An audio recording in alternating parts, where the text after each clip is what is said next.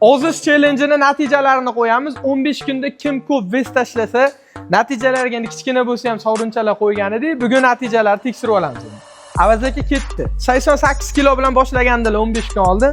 84. 84 700. Zo'r. 4 kilo minus.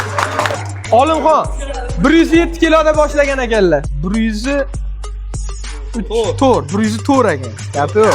Aka 103 kiloda boshlagan ekanlar. 93 kilo, 10 kilo minus.